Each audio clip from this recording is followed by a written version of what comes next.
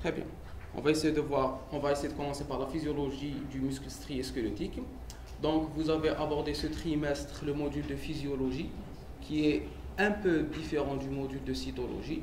Vous avez vu durant le premier semestre le principe général de la constitution des tissus au niveau de notre organisme.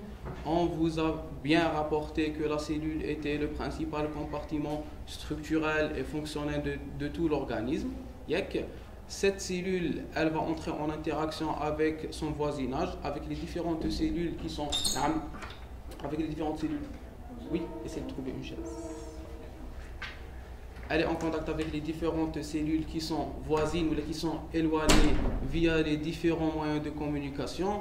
Vous avez vu qu'il y a des mécanismes de transport, que cette cellule d'abord était compartimentée. Elle était compartimentée par une membrane. La membrane constitue la limite de cette cellule et c'est cette membrane qui permettait à cette cellule de communiquer avec les autres cellules à travers les transports membranaires, à travers les moyens de communication. Vous avez fait le cours communication cellulaire. Donc vous avez vu le cours communication, vous avez vu que les différentes cellules, pour pouvoir réagir au niveau d'un tissu, au niveau d'un organe, au niveau d'un appareil et au niveau de tout l'organisme, il fallait qu'il y ait une certaine communication pour qu'il y ait une synergie dans les efforts fournis par l'ensemble des cellules. Donc une cellule, c'est un compartiment et l'ensemble des cellules peut constituer un tissu pour que ces tissus constituent des organes et pour que les organes puissent constituer des appareils fonctionnels au niveau de notre organisme. Très bien. Ces tissus, pour pouvoir fonctionner, ils sont constitués de cellules. Vous avez vu les différentes cellules. Vous avez aussi vu certaines cellules spécifiques par leur localisation, spécifiques donc par leur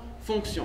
Vous avez vu les différents tissus et vous avez commencé le module d'histologie dans lequel on vous a expliqué que chaque organe avait des tissus propres à lui et que chacun de ces tissus avait une structure cellulaire spécifique à lui qui lui permettait de réaliser ses fonctions. Nous avons comme exemple le tissu osseux, le tissu hépatique, le tissu du système nerveux cérébral. Chaque tissu est constitué par un ensemble de cellules qui sont spécifiques par leur forme, par leur organite, par leur volume, par les différents compartiments intracellulaires, par leur système endomembranaire, par le type d'ADN qui est exprimé au niveau de cette cellule et donc par les protéines qui peuvent être synthétisées par cette cellule et donc par la fonction de cette cellule. La cellule nerveuse ne fonctionne pas comme la cellule hépatique. Chacune de ces deux cellules est localisée dans un endroit précis au niveau de notre organisme. Chacune de ces cellules va synthétiser un nombre précis et un type précis de protéines pour réaliser sa fonction. Sinon, ça n'aurait aucun sens d'avoir une cellule hépatique et une cellule cérébrale. Une cellule cérébrale, c'est une cellule cérébrale. Elle fonctionne comme une cellule cérébrale. Elle va synthétiser des protéines qui sont spécifiques au tissu cérébral. Une cellule hépatique, c'est une cellule hépatique. Elle va avoir la forme d'une cellule hépatique et synthétiser les protéines qu'on a dans du foie. D'accord ? Donc cette spécificité structurale et cette spécificité fonctionnelle des cellules leur permettent de réaliser leurs différentes fonctions. Maintenant, on va essayer de s'élever un peu pour passer du niveau cellulaire vers le niveau tissulaire et vers le niveau un peu au niveau des organes. D'accord? Très bien. Donc nous allons voir un tissu qui est spécifique.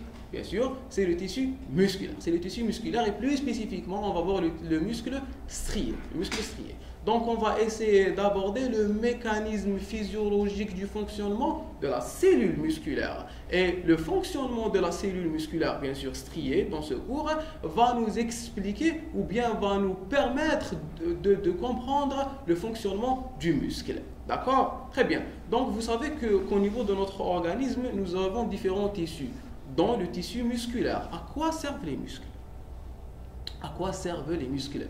Les muscles sont là pourquoi? Pour la mobilité, très bien. Quelle est la principale fonction des muscles? C'est la contraction, excellent. C'est la capacité de se contracter. Un muscle est là parce qu'il se contracte. Nous avons besoin de la contraction musculaire. Maintenant, pourquoi a-t-on besoin de la contraction musculaire? Nous avons besoin de la contraction musculaire ou bien de la contractilité musculaire pour pouvoir réaliser des mouvements au niveau du squelette, pour pouvoir réaliser d'autres types de mouvements qui ne sont pas réalisés à l'œil nu, Si, mais pas dans la vie ordinaire, ce sont les différents mouvements intra-organismes, comme les muscles lisses qui permettent le fonctionnement des différents organes digestifs, les viscères, les vaisseaux. Même ces organes contiennent des muscles qui sont un peu différents des muscles striés. Donc les muscles sont là parce qu'ils réalisent une certaine fonction qui leur est spécifique. Quelle est cette fonction? C'est la contraction. Maintenant, on va voir quel est le résultat de la contraction musculaire au niveau de notre organisme. Est-ce que vous avez compris quel est le but de notre cours? Le but de notre cours est de comprendre quelle est la structure générale d'un muscle, comment peut-on passer du tissu musculaire ou bien de l'organe qui est un muscle vers le tissu qui est le tissu musculaire, vers la cellule musculaire, et comment fonctionne la cellule musculaire, puis quel est le résultat du fonctionnement de cette petite cellule musculaire sur l'action du muscle. Comment peut-on passer du fonctionnement d'une seule cellule vers le fonctionnement d'un organe qui est le muscle? On est d'accord? Donc on va essayer de découvrir tout ça dans ce petit chapitre. On commence? Très bien.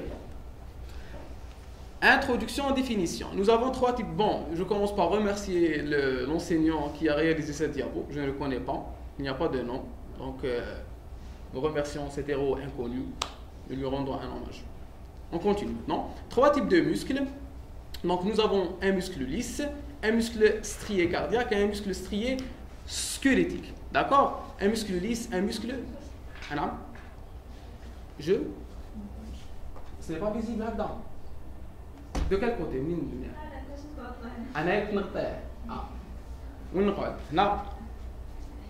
Ça va quand? Voilà, je suis désolé. Il fallait dire, vous êtes la plus courageuse d'entre elles.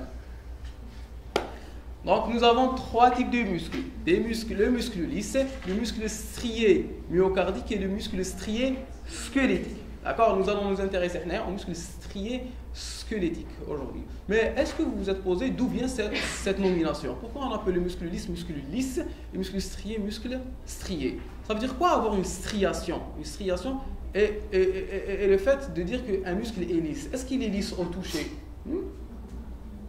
Est-ce qu'il est strié au toucher? Non. En fait, c'est le résultat de l'observation microscopique, au microscope optique qu'on va découvrir plus tard. Les muscles striés, en les observant sous microscope, on peut observer des stries. Donc, on va dire qu'ils sont des muscles striés, ou bien des cellules musculaires striées. Les cellules musculaires striées vont former des muscles striés. Au niveau de la cellule musculaire lisse, nous n'observons pas ces stries. Donc on les a appelés muscles lisses. Cellule musculaire lisse, puis elle va constituer un muscle lisse. D'accord? Très bien. Donc j'ai trois types de muscles.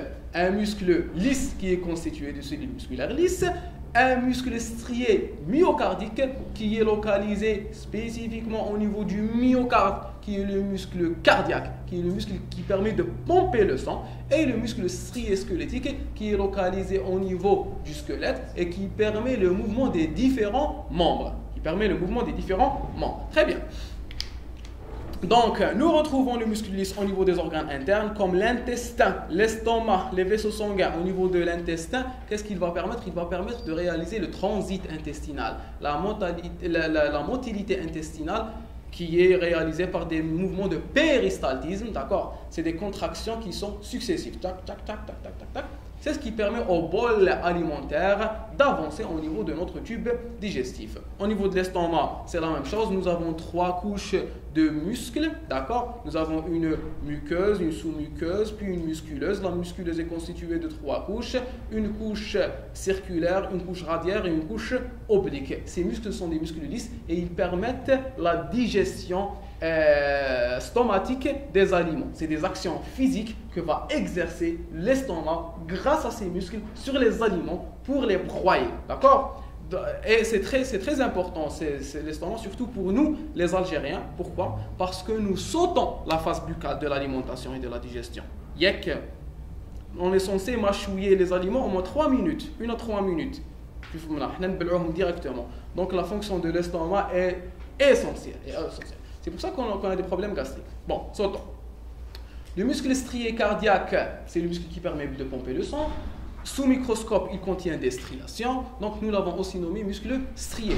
Mais il ne faut pas confondre entre muscle strié cardiaque et muscle strié squelettique. Ils n'ont rien à voir, d'accord? Rien à voir. Il n'y a que l'aspect microscopique qui est un peu ressemblant, d'accord? Ils n'ont rien à voir. Le muscle strié cardiaque est situé au niveau du cœur, le muscle strié squelettique est situé au niveau de l'appareil squelettique. Très bien.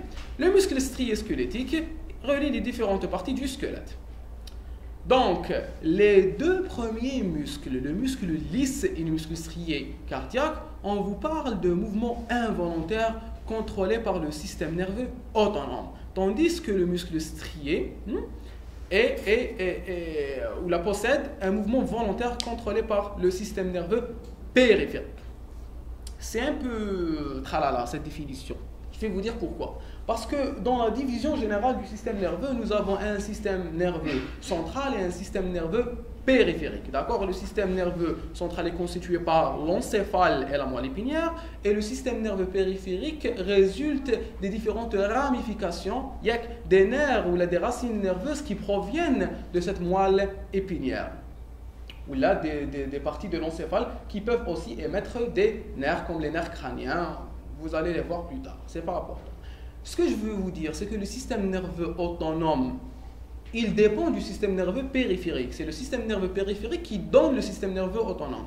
Donc cette classification, vous allez la voir comme en anatomie et en histologie, Inch'Allah, d'accord? Donc il ne faut pas se dire qu'il y a un système nerveux central, un système nerveux périphérique et un système nerveux autonome, d'accord? La répartition entre système nerveux autonome et système nerveux autre, normalement l'opposé du système nerveux autonome, ce n'est pas le système nerveux périphérique. Le système nerveux autonome, son contraire, c'est le système nerveux somatique. Pourquoi? Parce que c'est une définition physiologique, c'est une répartition physiologique. Le système nerveux autonome fonctionne seul. Le système nerveux, il est autonome. Le système nerveux somatique, il dépend de notre volonté. D'accord? Donc nous avons un système nerveux autonome et un système nerveux volontaire ou somatique. Mais anatomiquement, le système nerveux autonome, il vient du système nerveux périphérique. C'est le système nerveux périphérique qui va me donner le nerf vague et qui va me donner les fibres sympathiques. D'accord? Donc nous avons un système nerveux central et un système nerveux périphérique. Le système nerveux périphérique va donner le système nerveux autonome et le système nerveux somatique. On est d'accord, en tout cas? Très bien. Ce qu'on veut vous montrer dans cette partie de cette planche, c'est que le muscle strié est soumis à notre volonté. Il est soumis à notre volonté. Je décide de réaliser un mouvement d'extension de l'avant-bras, je peux le réaliser. Extension, d'accord? Je veux réaliser un mouvement de flexion, je peux réaliser un mouvement de flexion. Tandis que les muscles lisses ne sont pas soumis à notre volonté. Est-ce qu'on est d'accord? Mais, il faut savoir que le muscle strié peut aussi subir l'action du système nerveux autonome. L'un n'annule pas l'autre. Je commence par dire que le muscle strié peut subir l'action du système nerveux somatique et du système nerveux autonome. Il peut subir les deux. Pourquoi? Parce que... Bon, on va sauter les exemples, ce n'est pas important. Gardez en tête que c'est comme ça. Gardez en tête que le muscle strié peut subir l'action du système nerveux volontaire et le système nerveux autonome, tandis que le muscle lisse, il est soumis au système nerveux autonome seulement. D'accord? Pour l'instant. Est-ce qu'on est d'accord? Très bien. Donc le système nerveux autonome, quand il contrôle les muscles lisses, il ne dépend pas de notre volonté. Nous ne pouvons pas contrôler nous-mêmes les mouvements ou le nombre de battements de notre cœur par minute. Je ne peux pas décider, allez, je mets mon cœur à 30. D'accord? Ce n'est pas faisable. C'est le système nerveux autonome qui contrôle le muscle lisse. Même chose. Quand une personne a une diarrhée motrice par une contraction, une accélération du péristaltisme qui dépend du système nerveux autonome. Il n'a pas décidé d'avoir cette diarrhée motrice, d'accord? Elle dépend du système nerveux autonome. Donc, les muscles lisses, nous ne pouvons pas les contrôler, tandis que le muscle strié squelettique, nous pouvons le contrôler. Nous pouvons contrôler le muscle strié squelettique, mais nous ne pouvons pas contrôler le muscle strié myocardique et le muscle lisse. On est d'accord jusque-là? D'accord? Donc, système nerveux central, système nerveux périphérique. Le système nerveux périphérique peut donner le système nerveux autonome. J'ai trois types de muscles. Muscle lisse, muscle strié myocardique, muscle strié squelettique. Le muscle strié myocardique n'est pas sous la dépendance somatique. Il ne dépend que du système nerveux autonome. Le muscle lisse n'est pas sous la dépendance somatique. Il ne dépend que du système nerveux autonome. Le muscle strié squelettique, il peut dépendre du système somatique. Donc je peux mobiliser le muscle strié ou là, je peux donner des ordres au muscle strié squelettique. Alors que je ne peux pas donner d'ordre au muscle strié myocardique ou au muscle lisse. On avance. Très bien. Le corps humain comporte 639 muscles qui recouvrent le squelette. La masse musculaire, 35%. 639 muscles striés qui recouvrent le squelette. Hein. Je ne sais pas si c'est exactement où est la faute. Il y a une faute dans cette phrase. Est-ce qu'il y a 639 muscles dont quelques-uns sont striés ou bien est-ce qu'il y a 639 muscles striés qui recouvrent le squelette? Soit il a oublié strié, soit... Normalement, il y a 639 muscles striés, d'accord, qui recouvrent le squelette. La masse musculaire est de 35% chez l'homme, alors qu'elle n'est que de 28% chez la femme. L'homme possède plus de muscles que la femme. Pourquoi? Parce qu'il est censé fournir plus d'efforts physiques. C'est pour ça qu'il est dit dans le Saint-Coran,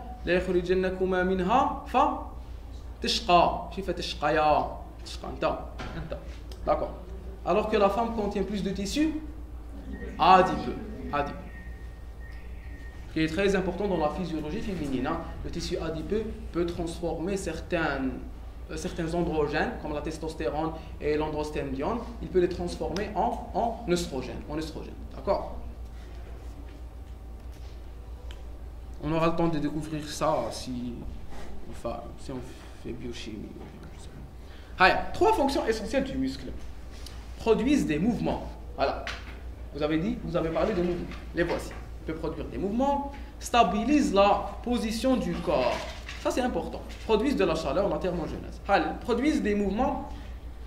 Bon, ces trois fonctions, on est en train de parler du muscle strié, d'accord? On oublie le muscle strié myocardique et le muscle lisse. On va parler du muscle strié squelettique. On a parlé des différentes fonctions du muscle lisse. On avait dit qu'il permettait la contraction des vaisseaux, la contraction du péristaltisme intestinal, la contraction de l'estomac, blablabla, etc. Très bien, donc on va parler du muscle strié squelettique parce que c'est l'intérêt de notre cours. Ils vont produire des mouvements. C'est les mouvements qui nous permettent de réaliser l'action de la locomotion. Il permet de contrôler l'appareil locomoteur. Donc pour réaliser un mouvement, j'ai besoin de plusieurs constituants. De quoi ai-je besoin? J'ai besoin d'un os, j'ai besoin d'une articulation et j'ai aussi besoin d'un muscle. C'est le muscle en se contractant qui permet à l'os de se mobiliser selon un sens décidé par l'articulation.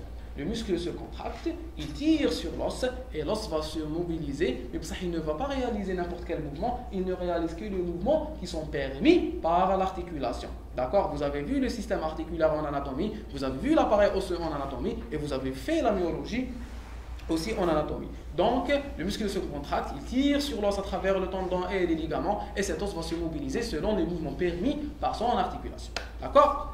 La stabilisation de la position du corps. Il faut savoir que certains muscles, surtout les muscles axiaux, les muscles qui sont localisés au niveau de notre axe central, au niveau de l'axe central de notre organisme, on appelle ça la consommation énergétique de base. Vous êtes assis grâce à la contraction de vos muscles dorsaux. C'est ces muscles qui vous permettent de rester, d'avoir une position. Ce sont vos muscles de la nuque et du cou qui vous permettent d'avoir cette tête. Vous avez cette tête bien droite et bien relevée. Vous avez l'impression de ne réaliser aucun effort, mais vous êtes en train de contracter certains muscles. Maintenant, ce sont les muscles qui vous permettent d'avoir une position de base. C'est la stabilisation de la position du corps. Il y a des contractions de base qui nous permettent de garder un état stable, un état assis, un état debout, d'accord? Très bien. Si on se lâche, vous tombez par terre. D'accord? Très bien. Production de la chaleur, c'est la thermogenèse. Le muscle, en se contractant, va utiliser de l'énergie. Cette énergie va être utilisée à travers la consommation des produits donneurs d'énergie qui commencent par quelle est la première étape de la synthèse d'énergie au niveau du muscle, au niveau d'une cellule musculaire. La glycolyse qui va me permettre d'avoir du pyruvate, le pyruvate va me permettre d'avoir de l'acétyl-CoA. L'acétyl-CoA va entrer dans le cycle de Krebs, le cycle de Krebs va me donner des donneurs d'hydrogène. Ces donneurs d'hydrogène vont aller au niveau de la chaîne respiratoire mitochondriale pour donner de l'ATP. L'ATP qui va être utilisé au niveau de la cellule musculaire. On va voir en détail comment l'ATP agit au niveau de la cellule musculaire. Mais en synthétisant de l'ATP, on vous a dit que vous avez fait bioénergétique en biochimie. On vous a dit qu'il y avait un transport d'électrons à travers les transporteurs d'électrons qui sont des pompes à hydrogène. D'accord? Et ce transport d'électrons, en passant d'un complexe membranaire à un autre complexe, il y a une perte d'énergie sous forme de chaleur. Les muscles sont un des facteurs les plus importants pouvant synthétiser de la chaleur au niveau de notre organisme. En se contractant, ils sont en train d'utiliser de l'énergie. Cette énergie, elle est soit utilisée dans la contraction utile, c'est-à-dire que je réalise un mouvement, j'ai besoin de ce mouvement, je le réalise, mais aussi en synthétisant de la chaleur. On dit que c'est une énergie perdue alors qu'elle n'est pas perdue puisqu'elle est utilisée au niveau de notre organisme. Je vous donne un exemple. Quand on a froid, qu'est-ce qu'on fait? Involontairement. C'est pour ça que je vous avais dit que le muscle strié pouvait subir l'action du système nerveux autonome. Vous vous souvenez? Voici un petit exemple. Vous ne gardez pas ça en tête, ça n'a pas d'intérêt dans notre cours. Quand on a froid, qu'est-ce qu'on fait? On frissonne. Et notre bouche commence à faire. Est-ce que ce sont des mouvements volontaires? Non, ce n'est pas des mouvements volontaires, pourtant ce sont des mouvements du muscle strié. Pourquoi le muscle strié va se contracter d'ailleurs? Pour produire de la chaleur. D'accord? Donc nous avons froid et nous essayons involontairement de produire de la chaleur en nous contractant. D'accord? Très bien. Donc, on a vu les trois fonctions principales. Bonjour. Ah, vous êtes intelligente. Merci. Qui peut me dire quel est le muscle le plus puissant de notre corps? On a vu les différentes fonctions des muscles, blablabla. Quel est le muscle le plus puissant de votre organisme? Oui? Excellent, bravo. Ah, et les autres? Les machafouches. Ne trichez pas. Non. Pas si puissante la langue. La langue, on va voir sa spécificité. C'est les muscles masticateurs. D'accord? Donc, lequel des trois? J'ai oublié. Donc, nous avons ce n'est pas les temporaux. Je crois que c'est le ptérygoïdien ou bien... L'essentiel, c'est un des muscles masticateurs. D'accord? Ce sont les muscles les plus puissants. Vous auriez pu dire que ce sont les quadriceps, parce qu'ils peuvent réaliser une fonction très importante, qui est le soulèvement de notre corps. Mais en calculant la puissance d'un muscle, il faut la calculer par rapport à son poids. D'accord? C'est la puissance sur le poids. Parce que ce n'est pas égal de comparer, ce n'est pas juste de comparer le quadriceps qui est comme ça, en muscle masticateur, il sera... Donc on va diviser toujours par le poids, et en divisant sur le poids, on trouve que les muscles masticateurs sont les plus puissants. D'accord? Très bien. La langue. Quelle est la spécificité de la langue maintenant? La langue, elle est caractérisée pour le fait qu'elle possède un nombre important de muscles. Nous avons 17 muscles au niveau de notre langue. 17 muscles au niveau de notre langue. 8 muscles pairs et un muscle impair. Très bien. On continue. Le muscle strié squelettique est l'organe effecteur de la motricité somatique, c'est-à-dire volontaire. Très bien. Ensemble des fonctions qui permettent au corps humain de se déplacer dans un milieu et d'effectuer des mouvements en mobilisant les os du squelette autour de leur articulation. On a parlé de tout ça. Très bien. Voilà, on vous donne un exemple. La contraction, comment on appelle le muscle qui est? Nous avons combien de muscles dans la loge antérieure de notre bras? Quels sont ces muscles? Ça va? Que j'ai fait l'anatomie. Et le biceps brachial et le brachial antérieur, le brachial et le coracobrachial. Très bien. Le biceps permet le mouvement de flexion comme ça. Zédon. Le coracobrachial comme ça. Et comment on appelle le dernier? Le brachial antérieur comme ça. D'accord? Donc en faisant le testing en neurologie, il n'y a que ce mouvement et ce mouvement n'ont pas la même signification. Chacun des mouvements possède son muscle spécifique. Vous pouvez rencontrer des patients qui peuvent réaliser ce mouvement, mais pas celui-là. D'accord? Très bien. Donc ça a de l'intérêt de connaître son anatomie. Certains d'entre vous seront des neurologues, Inch'Allah. Vous serez amenés à réaliser le testing de tous les muscles. De tous les muscles un par un. Donc il faut vous entraîner dès maintenant. Qui veut faire neurologie? C'est bien.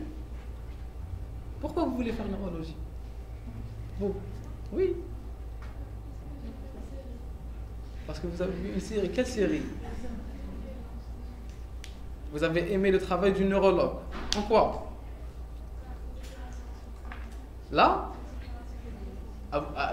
les interventions sur le système nerveux. Ah, vous ne voulez pas être neurologue, vous voulez devenir neurochirurgien. C'est une spécialité très difficile. Je vous souhaite beaucoup de courage. Inch'Allah, vous serez un très bon neurochirurgien. Il y a de très grands neurochirurgiens en Algérie, comme professeur Abdelbé. D'accord? Il a d'excellents travaux en neurochirurgie. Et il a apporté beaucoup de travaux. Par exemple, certaines interventions sur les noyaux gris centraux ne sont réalisées qu'à Zmirli dans toute l'Afrique. D'accord? Il est au CHU Selim Zmirli. Très bien, très bien. On continue. Macroscopiquement constitué par un ensemble de faisceaux musculaires. Un ensemble de faisceaux musculaires.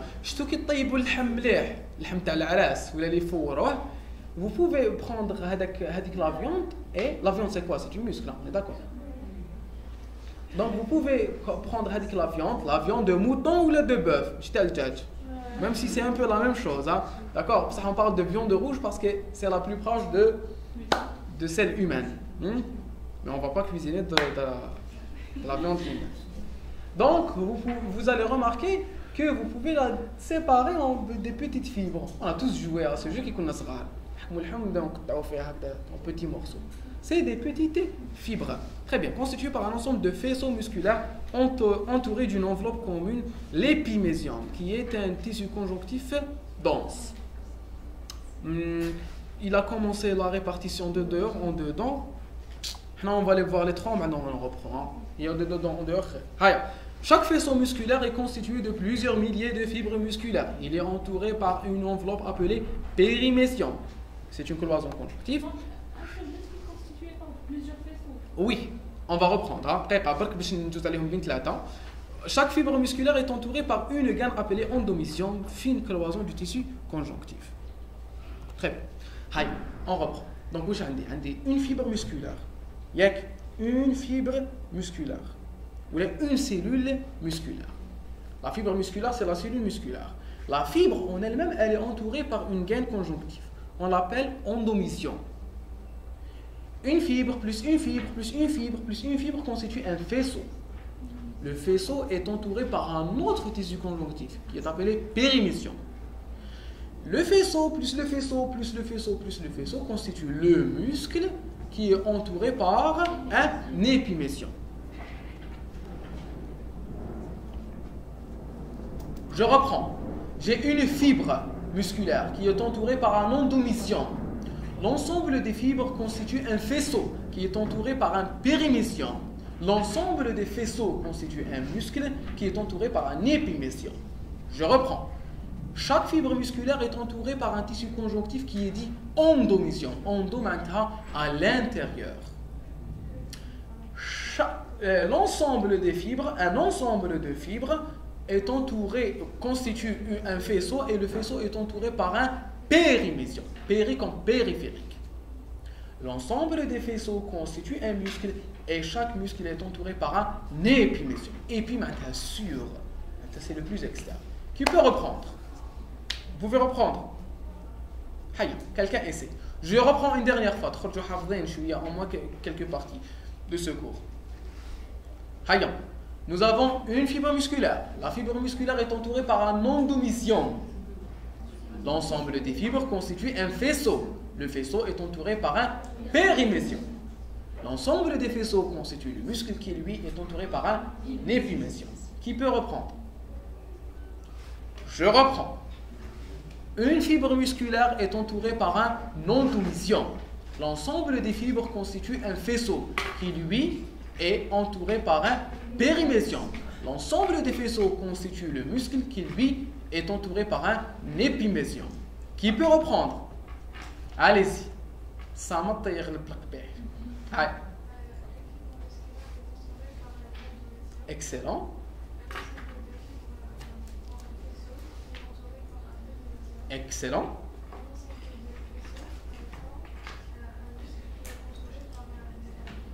Excellent. Bravo.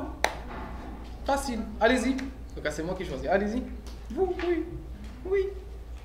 Allez. Une fibre. Endomésium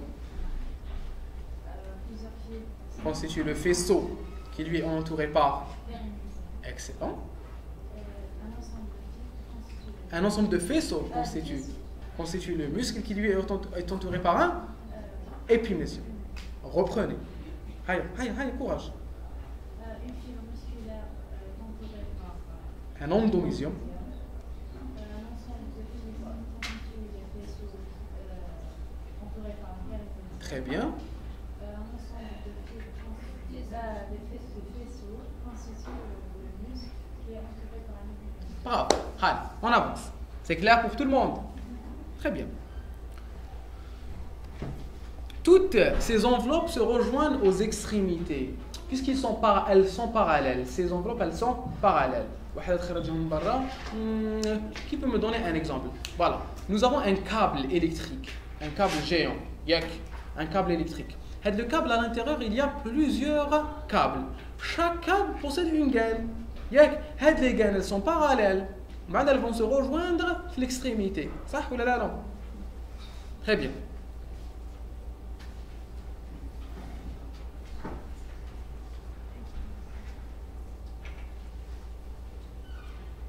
Toutes ces enveloppes se rejoignent aux extrémités du muscle pour constituer le tendon qui se fixe sur l'os. Donc l'ensemble des gaines conjonctifs va se rencontrer comme un bonbon qui est recouvert par la couverture tao. Les extrémités hadouk, on peut les fixer. D'accord? L'extrémité des gaines va se fixer sur l'os. Le tendon assure la transmission mécanique des forces exercées par les structures contractiles. Donc j'ai un muscle, il va se contracter. Quel est le résultat de la contraction? Le résultat de la contraction, c'est le raccourcissement du muscle. Donc imaginons que j'ai ici un os. J'ai ici un os.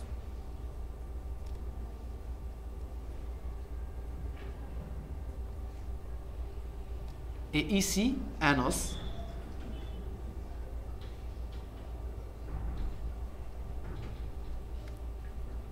Et ici, un muscle. Je suis vraiment désolé, très pas.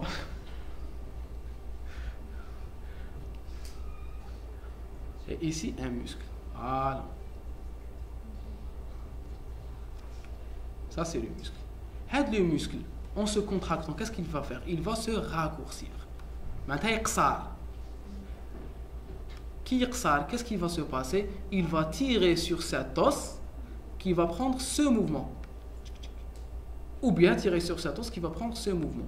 L'essentiel, c'est le raccourcissement du muscle qui transmet ce raccourcissement vers le tendon et le tendon est fixé sur l'os, il va être tiré et c'est ce qui permet le mouvement. Donc contraction, la contraction donne un raccourcissement, le raccourcissement tire sur le tendon, en tirant sur le tendon qui est fixé sur l'os, l'os va se mobiliser à travers l'articulation. C'est clair?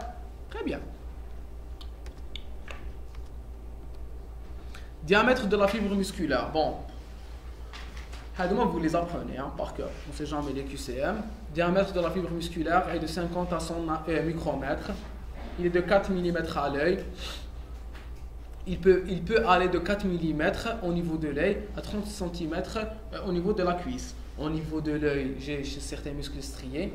Quels sont les muscles striés au niveau de l'œil? Ce sont les orbiculaires.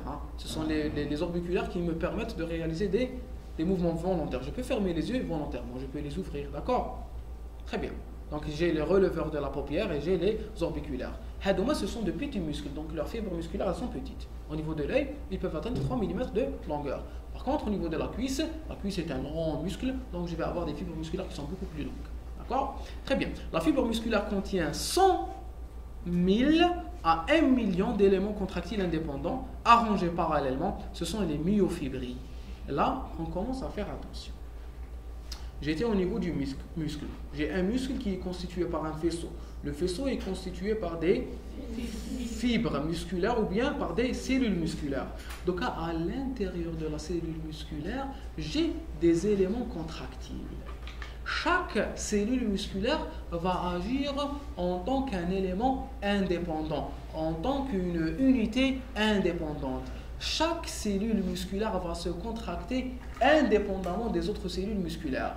Donc, on va parler maintenant de la contraction à l'intérieur d'une seule cellule musculaire. D'une seule cellule musculaire. On vous dit qu'à l'intérieur de chaque cellule musculaire, il y a plusieurs éléments contractiles. On les appelle les myofibrilles. Les myofibrilles, muscles, faisceaux, fibres. À l'intérieur de la fibre, j'ai des éléments contractiles qui sont la base de mon mouvement. Ils sont appelés myofibrilles. Ils sont appelés myofibrilles. Très bien, les myofibrilles. Est-ce qu'on est d'accord? Est-ce qu'on est tous dans la même orientation, dans la même direction? Très bien. Très bien. Fibre musculaire, c'est une définition, c'est une cellule allongée, multinucléée. Voyez, elle est multinucléée. Deuxième caractéristique. Troisième caractéristique. Qu'est-ce que nous avons dit? Nous avons dit que la cellule musculaire, nous sommes en train de parler, un petit récapitulatif. Nous sommes en train de parler du muscle strié squelettique. Au niveau du muscle strié squelettique, j'ai une unité fonctionnelle qui est la cellule musculaire striée squelettique. La cellule musculaire striée squelettique est l'élément contractile au niveau du muscle strié squelettique. Donc, c'est l'unité contractile. 2, elle est allongée. 3, elle a des capacités contractiles à travers des éléments qui sont dits myofibrilles. 4, on dit qu'elle possède plusieurs noyaux. Elle est multinucléée. Elle possède plusieurs noyaux. Très bien. Pourquoi elle possède plusieurs noyaux? Parce qu'une cellule musculaire, en fait, c'est le résultat de fusion entre plusieurs cellules. C'est le résultat de fusion de plusieurs cellules. 2, il faut savoir que la cellule musculaire, elle a un travail très important. C'est un travail de production énergétique. Donc il faut vous mettre dans la tête que le nombre de noyaux au niveau de la cellule musculaire augmente avec l'augmentation de l'effort. Il augmente avec l'augmentation de l'effort. Quand je demande à la cellule musculaire de réaliser plus d'efforts, elle va augmenter le nombre de ses noyaux. On est d'accord? Très bien. Ça membrane. Donc, il faut savoir qu'en histologie, j'ai certains préfixes et certains suffixes qui sont très utiles en histologie et qui sont très utiles en anatomopathologie. Vous devez dès maintenant, l'un de vos principaux buts dans votre cycle préclinique, c'est-à-dire en première, en deuxième et en troisième année, c'est d'acquérir le bon vocabulaire médical. Vous devez comprendre, vous devez comprendre votre interlocuteur et vous devez savoir vous faire comprendre. C'est quoi la sémiologie? C'est la capacité de parler entre médecins. Si un médecin vient vous parler d'un patient avec, je ne sais pas, avec une douleur située au niveau de l'hypocondre gauche d'apparition brutale qui date depuis 6 heures, qui a une irradiation postérieure et lombaire et qui s'aggrave lors de la position en décubitus dorsal. Est-ce que vous avez compris? Vous devez pouvoir comprendre, pas maintenant, vous devez en troisième année comprendre ce que vous disent les médecins, parce que la médecine possède aussi sa propre langue. Et elle possède plusieurs langues. Donc elle possède une langue sémiologique, elle possède une langue radiologique, elle possède une langue histologique, et vous devez posséder toutes ces langues. Si un médecin vous parle d'une opacité dense homogène située au niveau du lobe supérieur droit, vous devez savoir de quoi il parle. C'est ça la capacité descriptive du médecin. C'est très important. On ne donne pas assez d'importance dans notre cycle préclinique alors que c'est la base. C'est la base de la communication entre les médecins. C'est la base de la compréhension des dossiers plus tard, c'est la base de tout. Et de toutes les spécialités que vous allez exercer plus tard. Maintenant, pourquoi je vous parle de cette importance? C'est qu'en histologie, on a aussi des préfixes et des suffixes qui me permettent de désigner des localisations précises au niveau de mon organisme. Le mot sarco, le préfixe sarco désigne le muscle strié. Donc, quand je parle d'un sarcome, c'est-à-dire qu'est-ce que c'est un cancer qui est développé au niveau de cellules musculaires, pas exactement au niveau des muscles, parce que les sarcomes peuvent se développer au niveau plutôt de fibres, d'accord, au niveau du tissu conjonctif. Le mot sarco veut dire fibre, pas musculaire, fibre, d'accord, fibre, d'accord. Le mot sarco veut dire fibre, très bien. J'ai des préfixes qui peuvent désigner les muscles striés. C'est le préfixe rabdo. Rabdo. Rabdo, c'est muscle strié. Muscle lisse, c'est léo. D'accord? Vous avez fait ça en histologie ou pas encore? Vous allez faire ça. Donc, ce n'est pas la peine de prendre ces notes, sauf si. Donc, sarco veut dire fibre. Léo veut dire muscle lisse. Rabdo veut dire muscle strié. Quand je parle de rhabdomyolyse, rhabdo c'est strié, myo ça veut dire muscle, lyse ça veut dire destruction. Donc je sais qu'il y a une destruction des cellules musculaires striées, rhabdomyolyse. D'accord? C'est un mot qui est composé de plusieurs parties et chaque partie possède son sens. Très bien, donc sarco ça veut dire fibre. Membrane cytoplasmique, sarcolème. Donc la membrane cytoplasmique, au niveau de la fibre musculaire striée, elle possède un nom propre qui est le sarcolème. Le sarcolème. Sarcolème égale membrane plasmique du muscle, d'accord? De la fibre musculaire, pardon. Cytoplasme, on l'appelle sarcoplasme. Donc c'est quoi le sarcoplasme? Le sarcoplasme et le cytoplasme, non. Oui. Très bien, très bien. Le sarcolème est la membrane plasmique. L'endomysium est un tissu conjonctif. C'est une gaine qui recouvre la cellule, qui la tapisse. Elle est située au-dessus, elle est située en dehors du sarcolème. Donc, j'ai une cellule. La cellule, à l'intérieur, il y a le sarcoplasme, qui est le cytoplasme. Elle est entourée d'une membrane qui est dite sarcolème. Et en dehors des deux, il y a le endomysium. Ça, c'est la fibre musculaire. À l'intérieur, ça, c'est le sarcoplasme. Ça, c'est le sarcolème. En dehors des deux, j'ai une gaine conjonctive qui est dite endomysium. On est d'accord? Très bien. Donc, le cytoplasme de la cellule musculaire est dit sarcoplasme.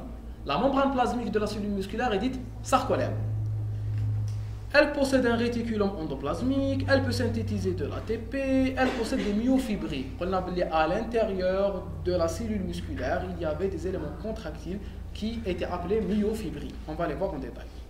Du glycogène, des protéines libres, des lipides et des mitochondries, ça c'est normal, comme toutes les autres cellules, et plus spécifiquement, puisque c'est une cellule qui va synthétiser beaucoup d'énergie, qui a besoin de beaucoup d'énergie, parce qu'elle a besoin d'énergie pour se contracter, donc elle va être amenée à produire de l'énergie. C'est pour ça qu'elle a des réserves de glycogène, qu'elle va dégrader à travers la glycogénolyse pour avoir du glucose, dont qu'elle va faire subir la glycolyse, puis le cycle de création et la chaîne respiratoire, pour enfin avoir de l'ATP qui va être utilisé par les fibres musculaires. D'accord? Très bien. Donc c'est une cellule comme les autres cellules qui peut synthétiser de l'énergie, qui peut mettre en réserve l'énergie, mais elle a certaines spécificités structurales et même vocabulaire, puisqu'on lui donne des noms qui sont propres à elle, comme le sarcolème qui est sa membrane plasmique, comme le sarcoplasme qui est son cytoplasme. D'accord? Ça va, vous arriver à retenir certaines notions, au moins une ou deux. Ça va? Très bien. Non? Si. L'unité motrice. Vous avez vu ça en deuxième année au lycée. Si. Même si vous étiez matilin. Malish. Vous avez vu ça en quatrième année au CEN. Si, ça ou là. Allez, on continue.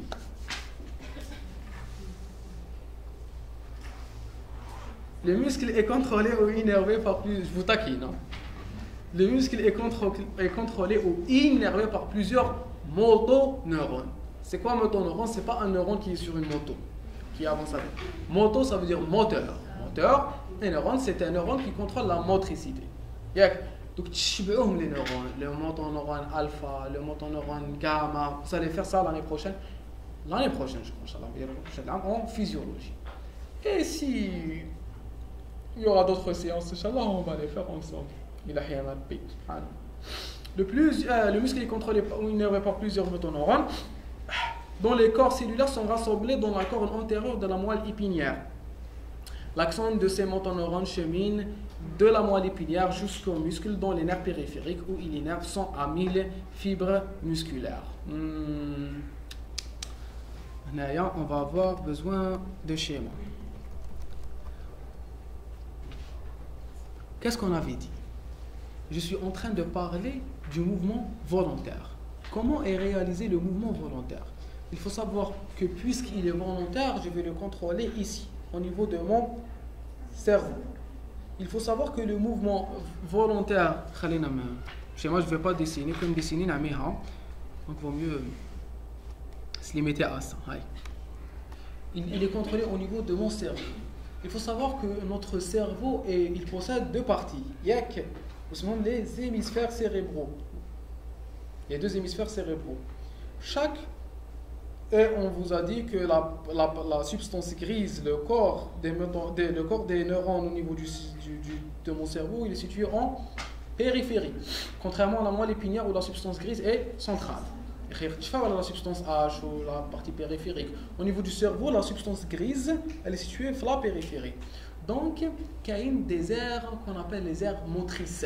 Pour réaliser ce mouvement, c'est un mouvement volontaire. Donc, il va naître au niveau de mon cerveau. Il va naître au niveau de mon cerveau. Au niveau de mon cerveau, il y a des aires qu'on appelle les aires motrices. Au niveau de ces aires motrices, il y a des neurones. Et les neurones, ils sont spécialisés dans la motricité. Ce sont les cellules géantes de Betz. Les cellules, elles vont avoir leur corps cellulaire. Elles vont émettre des axones. Les axones vont descendre. Ils vont descendre de mon hémisphère jusqu'à la partie la plus inférieure du tronc cérébral qui est le bulbe bas. Au niveau du bulbe bas, ils vont décusser. Décusser, maintenant changer de lieu. La ligne médiane, le passage d'un neurone d'une partie de la ligne médiane vers une autre partie de la ligne médiane est appelé décussation. Décusser maintenant changer d'endroit. Donc j'ai une fibre qui naît ici, elle va descendre jusqu'au bulbe bas. Au niveau du bulbe bas, elle va décusser, elle va descendre jusqu'à arriver au niveau de la moelle épinière dans la partie qui est censée innerver le muscle que je veux mobiliser. Je veux mobiliser ce muscle-là. Ce muscle-là, il est contrôlé par des nerfs. Ces nerfs, d'où ils arrivent? Ils arrivent de troncs nerveux. Ces troncs nerveux, d'où ils viennent? Ils viennent d'une racine. Ou la racine, d'où elle vient? Elle vient de la moelle épinière. Donc, j'ai le contrôle au niveau du système nerveux central, au niveau de la partie haute qui est l'encéphale. Au niveau de l'encéphale, j'ai des cellules motrices principales. Les cellules motrices vont donner des prolongements. Les prolongements vont aller du cerveau vers le bulbe. Elles vont décusser, puis elles vont descendre. Oui, elles vont descendre la moelle épinière. Au niveau de la partie de la moelle épinière où est localisé mon muscle, c'est-à-dire que je veux mobiliser ce muscle, il va réaliser une communication. Il va réaliser une communication synaptique qu'on va voir plus tard. Une synapse. C'est quoi une synapse? C'est la communication entre deux cellules. Une cellule présynaptique et une cellule postsynaptique. Donc ici, il va donner le relais. C'est comme la course du relais. Il va arrêter son trajet, il va donner l'information qui est née ici, il va la donner à un autre neurone. Le neurone, c'est un motoneurone. On l'appelle le motoneurone alpha. Donc, cette fonction, elle est réalisée où? Elle est réalisée ici. Donc, si on fait ça, puis ça, je prends un petit feutre. Le cerveau تاعي l'hémisphère cérébral. C'est mon cerveau. Il est situé en haut, tout à fait en haut. J'ai un neurone qui est ici. Il va venir, il est de ce côté, il va décusser. Il va cheminer vers la substance blanche. C'est la substance blanche qui contient les fibres nerveuses. Les corps cellulaires sont situés au niveau de la substance grise. Les fibres nerveuses sont situées au niveau de la substance blanche. Donc il va descendre au niveau de la substance blanche, au niveau de la partie antérieure de la substance blanche. Il va descendre. Quand il arrive au niveau où j'en ai besoin, il va donner le relais à un autre nerf. À un autre neurone. Ces neurones vont sortir. Il va sortir par la corne antérieure. Corne antérieure, c'est une corne. Il va sortir au niveau de la corne antérieure pour donner une racine. La racine va donner naissance à un tronc nerveux. L'ensemble des troncs nerveux va créer des plexis. Le pluriel de plexus, comme le plexus brachial. Le plexus brachial va donner des nerfs et les nerfs vont cheminer vers les muscles. Et chaque nerf possède plusieurs fibres nerveuses, le résultat de plusieurs neurones. Donc, le neurone, la motricité, elle naît ici, elle descend dans la moelle épinière, elle donne le relais à un deuxième neurone. Ce deuxième neurone est situé, il naît où? Il naît au niveau de la substance grise de la moelle épinière. Il va traverser un chemin horizontal en sortant par la racine antérieure. À travers la racine, il va constituer avec beaucoup d'autres nerfs un tronc nerveux. Les troncs nerveux constituent un plexus. Le plexus va donner des nerfs. Bon, moi c'est les racines qui donnent des plexus. On a des plexus donnent des troncs et les troncs donnent des nerfs. C'est pas important. Vous allez voir ça plus tard. Les nerfs vont cheminer jusqu'au muscle pour faire arriver le motoneurone vers le muscle. Est-ce que vous avez compris? C'est que j'ai besoin de motoneurones. Les motoneurones reçoivent l'information de l'encéphale et ils vont la transmettre au muscle. D'accord? Donc le muscle est contrôlé ou innervé par plusieurs motoneurones dont les corps cellulaires sont rassemblés dans la corne antérieure de la moelle épinière. Maintenant, vous arrivez à comprendre cette phrase. C'est quoi la corne antérieure de la moelle épinière? C'est la partie. C'est la partie antérieure de la substance grise. Parce que c'est cette partie qui contient les corps cellulaires. Donc, j'ai une substance grise. Au niveau de sa corne antérieure, j'ai les corps cellulaires des cellules nerveuses. Les cellules nerveuses, elles vont donner des prolongements pour aller vers le muscle et le faire mobiliser. D'accord? L'axone, la fibre nerveuse de ces motoneurones va cheminer de la moelle épinière jusqu'au muscle dans les nerfs périphériques où il innerve de 100 à 1000 fibres musculaires. Et là, vous faites très attention, s'il vous plaît. Un seul nerf, un seul motoneurone, innerve de 100 à 1000 fibres musculaires. Un nerf innerve plusieurs fibres musculaires. Un seul nerf donne des prolongements à des centaines de fibres musculaires. Parce qu'on va vous parler plus tard de l'unité motrice. Nerf et neurone. Un neurone, c'est une cellule nerveuse. Un nerf, c'est le câble qui contient plusieurs fibres nerveuses, qui sont le prolongement de plusieurs neurones. Quand je parle du nerf radial, le nerf radial, qu'est-ce qu'il contient? Il contient des fibres nerveuses. Les fibres nerveuses, d'où elles viennent? Elles viennent de motoneurones qui sont situés où? Leur corps cellulaire est situé au niveau de la corne antérieure de la moelle épinière. D'accord? Est-ce que c'est clair? Très bien. On avance. Qui a une question? No one. Pas de question. Sûr. On avance. Accomplir toute une nation. Un long chemin nous attend. Courage. Très bien. Donc voici le muscle, voici le nerf. Ça c'est le nerf, tout ça. Ça c'est une fibre nerveuse. Unité motrice, la définition de l'unité motrice, c'est quoi? C'est quoi une unité motrice? C'est le motoneurone alpha et l'ensemble des fibres musculaires qu'il innerve. On avait dit qu'un neurone pouvait innerver de 100 à 1000 fibres musculaires. Donc, le neurone et toutes ces fibres musculaires, on appelle ça unité motrice. C'est quoi l'unité motrice? C'est le neurone et l'ensemble des fibres musculaires qu'il innerve. C'est quoi un motoneurone? C'est quoi une unité motrice? Très bien. C'est clair pour tout le monde? Non. L'unité fonctionnelle contractile. Là, on va entrer dans les détails. S'il vous plaît, essayez de vous concentrer. Je suis désolé de vous demander de laisser prendre. L'unité fonctionnelle contractile, le sarcomère. On va utiliser un nouveau mot, le sarcomère. Donc, on sait ce que c'est qu'une fibre musculaire. On sait ce que c'est qu'une myofibrie. Pendant la myofibrie, c'est la petite unité contractile à l'intérieur de la cellule musculaire. On sait ce que c'était le sarcolème, c'est la membrane plasmique.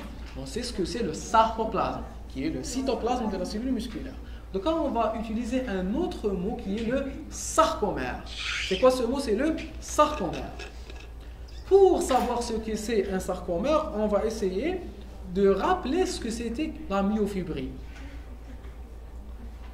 On vous dit que la myofibrie est l'élément cylindrique, allongé, contractile à l'intérieur de la cellule. D'accord? Désolé. Hein? Qui est addict au café? Fait comme Bark.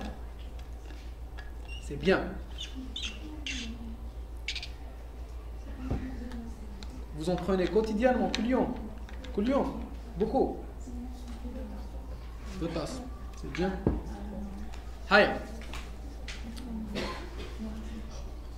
La myofibrie, c'est un élément cylindrique, blablabla, allongé, contractile. On va voir ce que c'est cette myofibrie. Myofibrie est aussi constituée de 2 parties. Myo, qui veut dire muscle, et fibrie, qui vient de fibre. D'accord? C'est un élément cylindrique, allongé et contractile.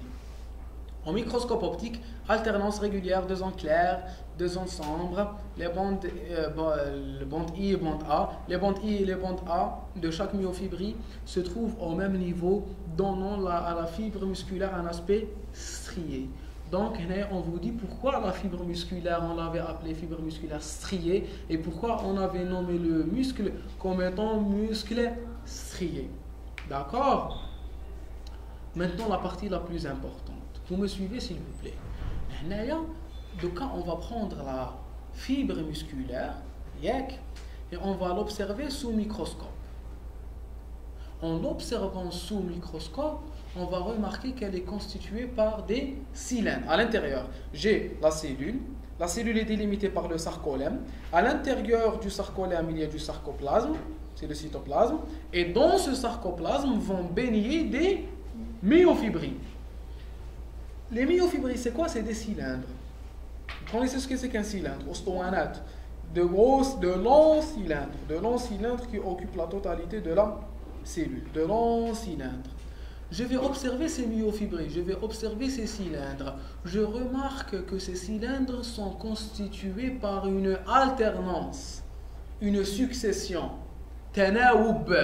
تناوب بين مناطق داكنة ومناطق فاتحة. Une alternance entre des zones sombres et des zones claires.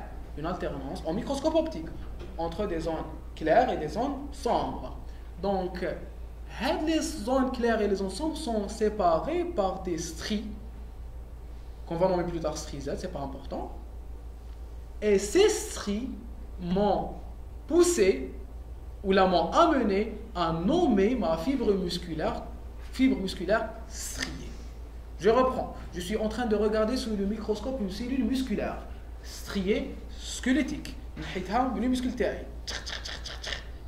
Je l'ai colorée. Je suis en train de l'observer. En l'observant, je remarque qu'elle est constituée par un sarcolème qui contient du sarcoplasme et à l'intérieur, il y a des myofibries. Les myofibries sont des cylindres. Ces cylindres contiennent une succession de zones claires et de zones sombres. De zones claires et de zones sombres. D'accord? Clair, sombre. D'accord? Très bien. Les zones sombres sont appelées bandes A. d'ici à ici.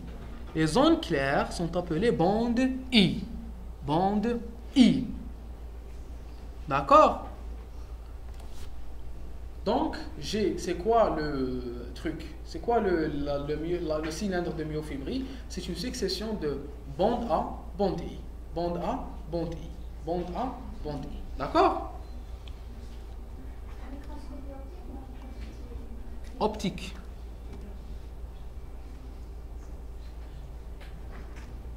Donc ça, c'est une myofibrie.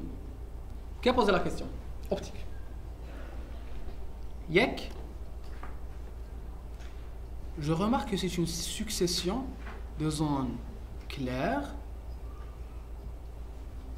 et de zones sombres. Clair, sombre. Clair, sombre. Donc, c'est cet aspect qu'elle donne. Elle va donner l'aspect d'une succession de zones claires et de zones sombres. Les zones sombres, je les ai appelées zone A, ou la bande A, et les zones claires, je les ai appelées zone I. Est-ce qu'on est d'accord? Clair et sombre. D'accord?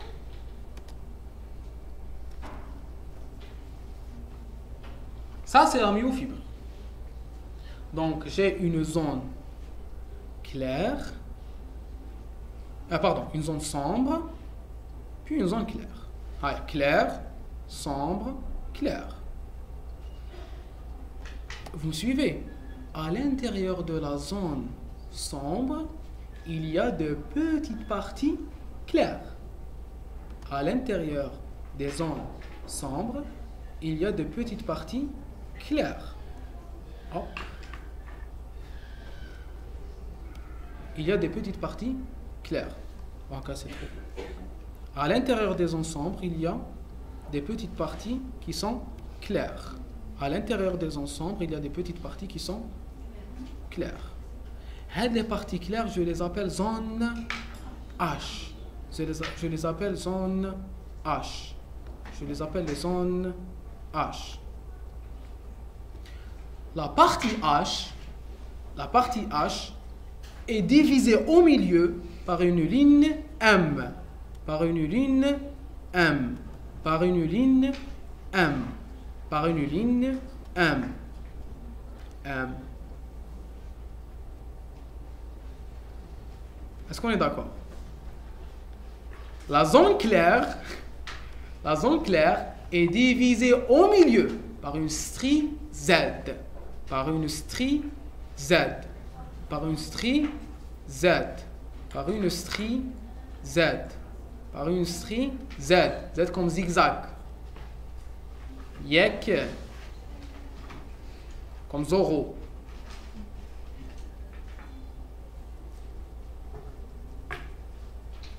Comme Antonio Banderas. Vous connaissez Antonio Banderas? Vous connaissez ou pas? Qui connaît Antonio Banderas? C'est qui? Acteur espagnol. Zorro, voilà. C'est l'acteur qui a tourné Zorro dans un des films de Zorro. Dans plusieurs films de Zorro. On continue. S'il vous plaît.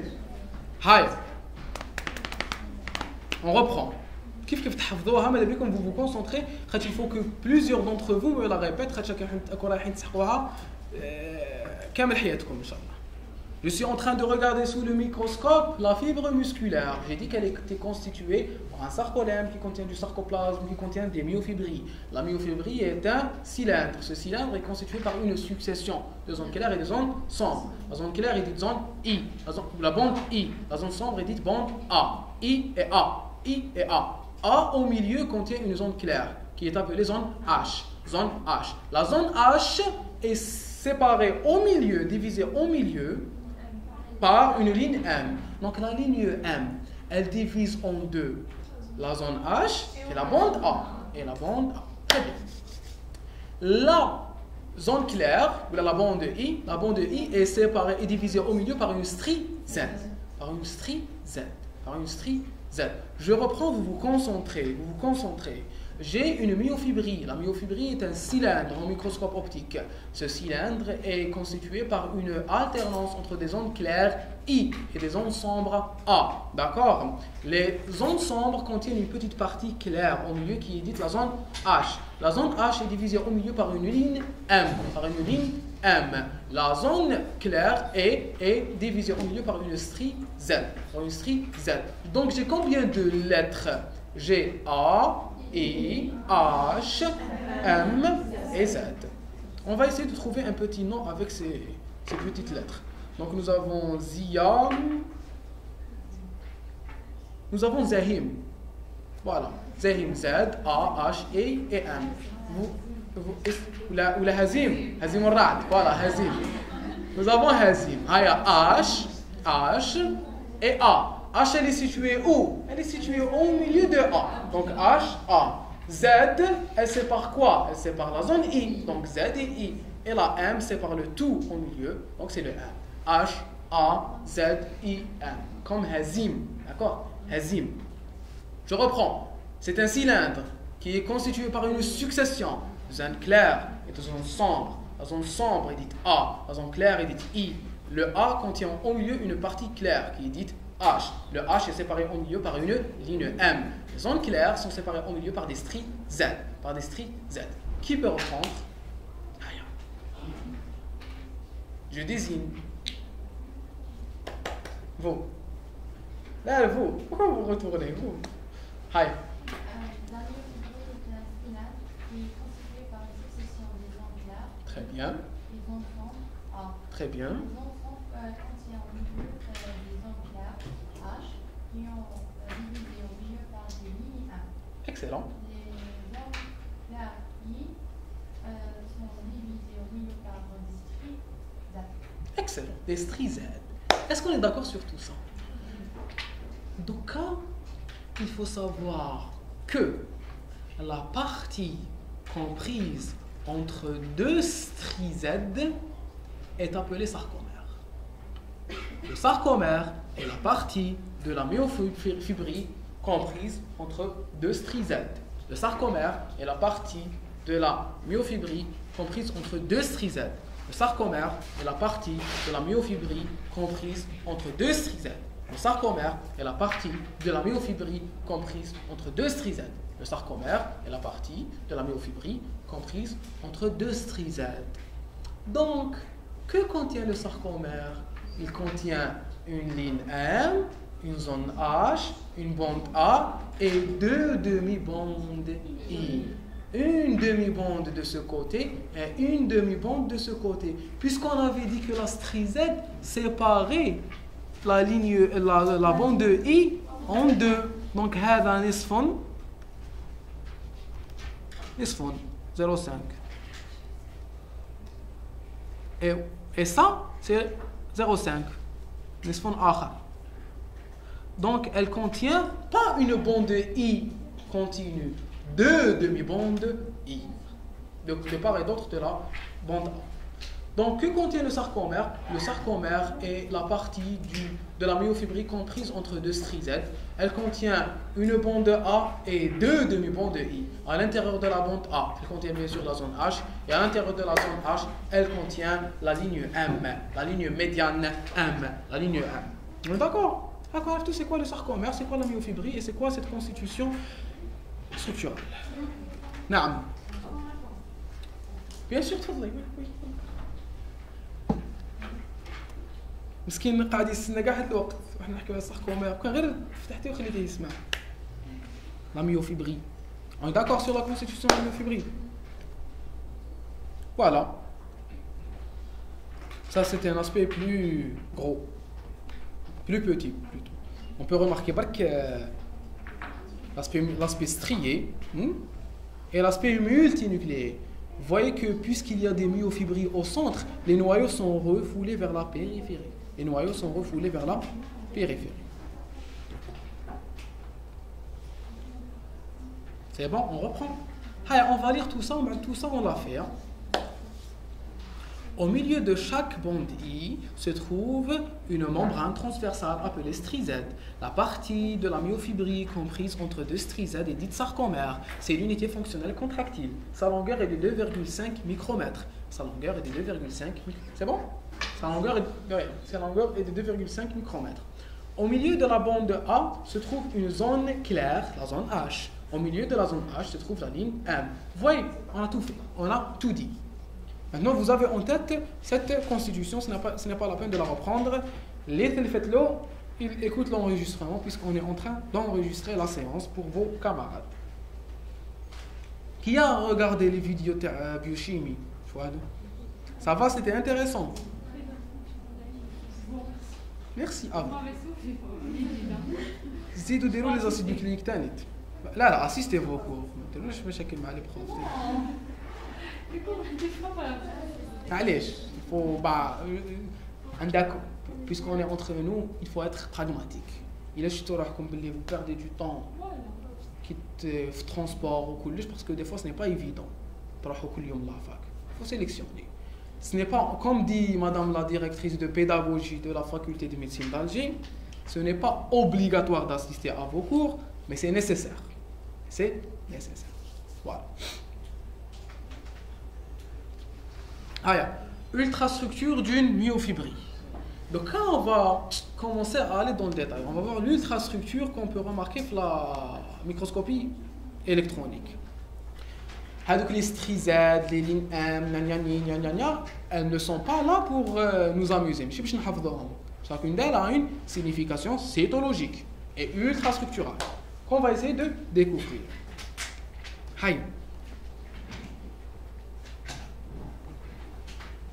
Donc, voici la ligne M. La ligne M est en fait une structure protéique. On ne va pas tout faire à toutes les structures, on va voir celles qui sont impliquées dans la physiologie telle. Donc, ça c'est la ligne M. Ça c'est quoi? Hadia, celle que je suis en train d'entourer. Ça, excellent. Et ça, très bien. Et ça c'est la bande I. Et ça, c'est la demi-bande. Vous voyez, donc l'aspect ultrastructural, il est en train de nous expliquer pourquoi l'une est claire, l'autre est sombre. Elle est claire, il n'y a pas beaucoup de structure. Tandis que il y a un enchevêtrement de plusieurs protéines, c'est pour ça qu'elle est sombre. Ici, il y a moins de protéines, c'est pour ça qu'elle est claire. D'accord? Très bien. La molécule Hadia, la partie, la bande A, elle est constituée par des protéines qui sont dites myosines. Myosines. Ça, les parties violettes, ce sont des protéines dites myosines. Myosine. Myosine. Une molécule de myosine. La molécule de myosine. Vous voyez, on vous dit à coup de la partie. On va essayer de l'agrandir ici pour vous montrer une molécule de myosine. Maintenant, les molécules de myosine, on va les rassembler. On va mettre une, puis une, puis une, puis une, puis une, puis une. Et chacune d'elles est constituée comme ça. Elle est constituée comme ça. Elle contient un corps, un cou et une tête. Un corps, un cou et une tête. Et l'enchevêtrement, la présence de plusieurs fibres de myosine va me donner l'aspect épais. C'est comme un palmier. C'est comme un palmier. Je te نخلة فيها هذوك les branches تاعها يطلعوا ويخرجوا. Donc vous imaginez que vous avez un palmier, vous avez un palmier et chaque palme de ce palmier est une fibre de myosine. Donc la première fibre myosine elle me donne cet aspect. La deuxième elle me donne cet aspect. C'est comme un bouquet de fleurs. Les fleurs, elles sont parallèles, mais elles sortent chacun dans un sens. Pourquoi? Pour avoir la plus grande surface interactive possible. Pour avoir la plus grande surface d'interaction possible. Donc j'ai un bouquet. Donc le premier bouquet est orienté dans ce sens. Le deuxième bouquet est orienté dans ce sens. La bande A est en fait le résultat de la liaison au niveau de la ligne M de plusieurs bouquets de myosine. un bouquet orienté vers un sens et un bouquet orienté vers l'autre sens. Le premier palmier de Rohaka, c'est une fibre de myosine. D'accord, ça c'est une fibre de myosine. Ça c'est une autre fibre de myosine. Ça c'est une autre fibre de myosine. Ça c'est une autre fibre de myosine. Ça c'est une autre fibre de myosine. Ça c'est une autre fibre de myosine. Ça c'est une autre fibre de myosine. Ça c'est une autre fibre de myosine. Ça c'est une autre fibre de myosine. Blablabla. Donc j'ai plusieurs fibres de myosine qui m'ont constitué un bouquet de myosine. Je prends ce bouquet et je crée un autre bouquet qui est parallèle vis-à-vis de la ligne, par rapport à la ligne M. Un bouquet de myosine, une fleur de myosine, une autre fleur de myosine, une autre fleur, une autre fleur, une autre fleur, une autre fleur. Et donc j'ai deux bouquets de myosine, mutanadiratain, tanaduran, mihwariyan. Mihwariyan par rapport à la ligne M. Elles sont opposées. Opposées l'une à l'autre. D'accord? Elles sont opposées l'une à l'autre. Symétrique, c'est une symétrie d'opposition. Ils sont opposés. D'accord? Est-ce qu'on est d'accord? Donc la zone A est principalement constituée par des fibres de myosine. Ils entrent en interaction. Donc regardez-moi ça, là, cette partie.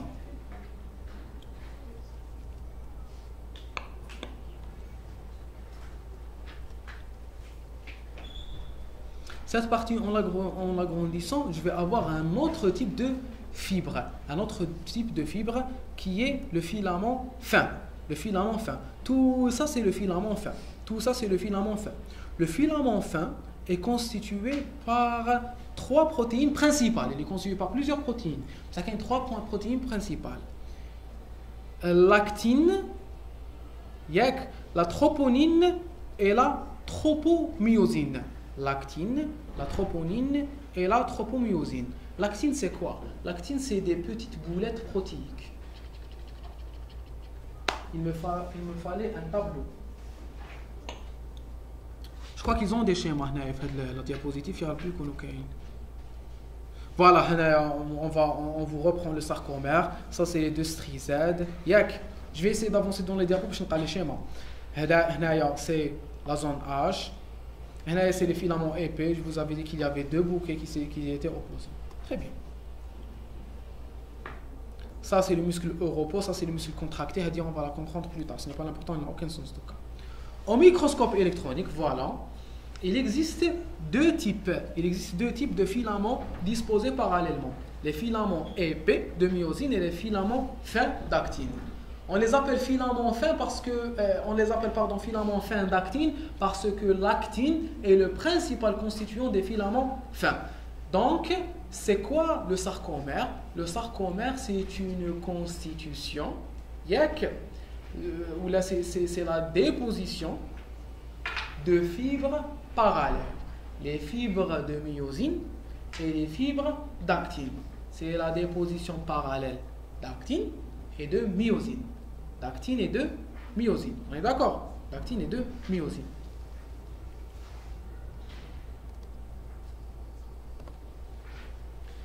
Voilà, ils vont nous expliquer en détail chaque fibre. Les filaments épais, on va parler des filaments fins. 150 à 360 molécules de myosine qui ont l'aspect d'un bâton de golf. Normalement, on n'appelle pas ça un bâton. L'outil du golf, comment on l'appelle? Une batte de baseball. Pas de golf. Je vais essayer de contacter votre prof responsable. Pour le monsieur, ou la demoiselle, ou la dame, c'est là un point, l'examen. Parce qu'elle a su qu'on appelle l'outil du golf un club de golf. Non? Si, un club de golf. Allez. Un club de golf. Donc retenez ça. Club. Qui est en train de dire dans sa tête la physiologie?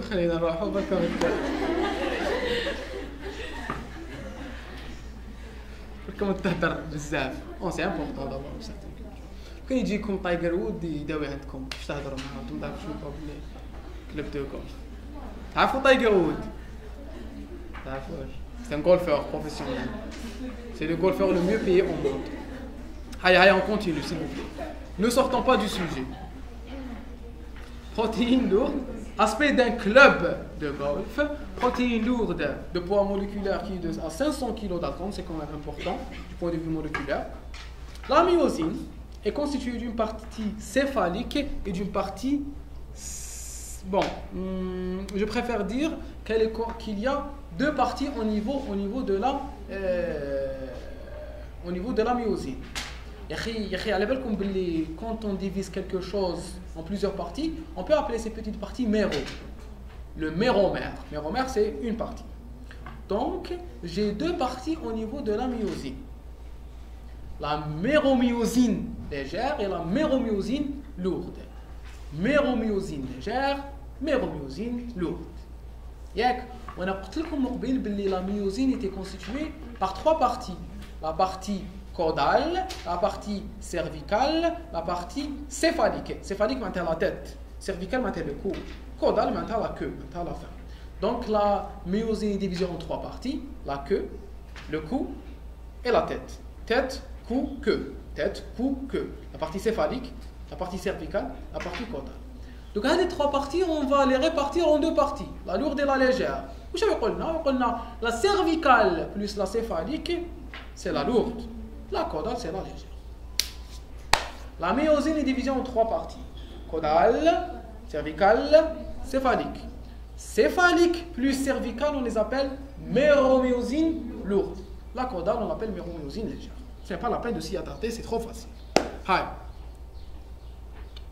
Donc vous voyez, ça c'est la méromyosine légère, ça c'est la méromyosine lourde. Donc on remarque la partie céphalique, là c'est deux filaments épais. Il y a une ou il y a une. Très bien. Ici c'est le site de fixation d'ATP. Hop, nous avons une nouvelle caractéristique. La tête de la myosine peut fixer de l'ATP. La tête de la myosine peut fixer de l'ATP. La tête de la myosine peut fixer de l'ATP. Allez, concentrez-vous, c'est bientôt les examens. Pour vous stresser, je suis. Concentrez-vous. Vous êtes déjà stressé? Non, vous sentez comme des anciens. Enfin, surtout la deuxième année, et les premières de la fac. Tête de myosine. Donc la tête de myosine comprend un site de fixation d'ATP. Disposition particulière. Le manche est orienté vers le centre du sarcomère. On dit un manche ou une manche? Un manche. Un manche. On parle le manche à balai. Le manche à balai. Quand on parle d'un outil, on dit le manche. Quand on parle des manches, une chemise ou d'une partie de quelque chose, on dit la manche. Donc ça c'est une manche, ou la manche d'un match, c'est féminin. Quand c'est un outil, on dit le manche. Donc un manche. Le manche est orienté vers le centre. Vers le centre. Qui marque comme c'est deux bouquets qui sont opposés. Vers le centre, vers la ligne. Très bien. La mobilité de la partie cervico-céphalique à la manière d'une articulation, ça c'est important, permet la fixation réversible du filament épais avec le filament fin et leur glissement les uns sur les autres. On vous a dit que le filament épais et le filament fin étaient parallèles. Maintenant, on est en train de vous dire autre chose. Ça c'est l'épais et ça c'est le fin. On vous dit que l'épais est constitué d'une partie cervicale, c'est-à-dire la partie qui est ça, d'une partie caudale et d'une tête. On vous dit que la myosine pouvait se déplacer, pouvait réaliser des mouvements comme des articulations.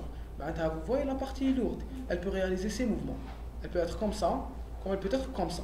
Donc elle peut faire ça, ça, ça, ça, ça, ça. Et donc elle va réaliser par sa fixation, sur le filament d'actine des mouvements. Il faut savoir qu'il y a plusieurs positions entre l'actine et la myosine. Elles peuvent être comme ça, elles peuvent être comme ça, elles peuvent être comme ça, elles peuvent être comme ça, et elles peuvent être comme ça. Donc, si on suit ce mouvement, qu'est-ce qu'on aura? On aura fixation, mouvement, défixation. On va fixation, mouvement, défixation. Fixation, mouvement, défixation. Et alors, fixation, mouvement, défixation, mouvement, fixation. D'accord. Fixation, mouvement, défixation, mouvement, fixation, mouvement, défixation. Yak, ces mouvements permettent un glissement entre les filaments fins et les filaments épais. Elles se fixent, elles réalisent un mouvement, elles se défixent. Elles retournent à sa place, elles se fixent, elles réalisent un mouvement, elles se défixent. Elles retournent à sa place, elles se fixent, elles réalisent un mouvement, elles se défixent. Donc les microfilaments épais peuvent glisser sur les filaments fins. Et c'est ça qui permet la contraction de la myofibrie, et c'est ça qui permet la contraction de la cellule musculaire, et c'est ça qui permet la contraction et le raccourcissement du muscle, et qui permet donc le mouvement par la mobilisation de l'os à travers le tendon via l'articulation. D'accord? Donc les fibres de myosine peuvent interagir avec les fibres d'actine par des mouvements de glissement qu'on va voir en détail. C'est la dernière partie du cours et c'est la partie la plus importante du cours. Ces mouvements de glissement de la myosine sur l'actine, c'est la base du mouvement, c'est la base de la contraction de la myofibrie et c'est la base de la contraction musculaire du muscle strié squelettique. Est-ce qu'on est d'accord? On avance. Donc notre but maintenant, nous avons découvert un autre but, une nouvelle mission qui me quitte un jeu vidéo FPS en mouvement, en plein milieu de la partie, on vous lance un nouvel objectif. Maintenant nous avons un nouvel objectif. Quel est notre nouvel objectif? C'est de découvrir précisément quelles sont les différentes interactions entre les fibres de myosine et les fibres d'actine qui permettent qu'il y ait ce glissement, parce que ce glissement est la base de la contraction musculaire. D'accord? Très bien. Ça, c'est un filament épais. Site de fixation de l'actine, on est en train de se répéter. On a compris de quoi était constitué le filament épais. Maintenant, on va voir le filament fin. Il est composé de 3 protéines principales. L'actine, la tropomyosine, la troponine. L'actine, essayez de me rappeler de vous parler des autres protéines du sarcomère. Il y a 4 autres protéines qu'il faut citer. La dystrophine, la titine, la nibuline et l'alpha-actinine. Parce que chacune a un petit rôle important, même si ils ne sont pas contenus dans votre cours. Donc vous les gardez en tête pour comprendre. Ce qui est important pour nous, c'est ce qu'il y a dans votre cours. Nous avons 3 protéines, l'actine, la tropomyosine et la troponine. Regardez. Les parties les B. Qui a joué à... Qui avait une Game Boy Advance? Non. On continue. Ça, c'est ces petites baies. Yak, had l'habbat ta'al anab. Des petits raisins. Had la chaîne kamel violette. Had la chaîne violette. C'est l'actine.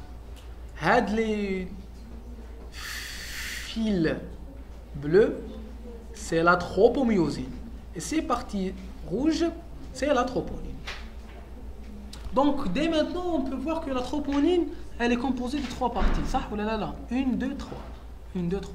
Donc, de quoi est composé le filament fin? Principalement d'actine. C'est pour ça qu'on l'appelle filament fin d'actine. Parce qu'il est principalement constitué d'actine. Filament fin d'actine.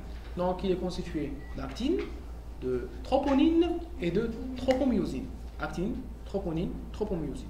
Actine, troponine, tropomyosine.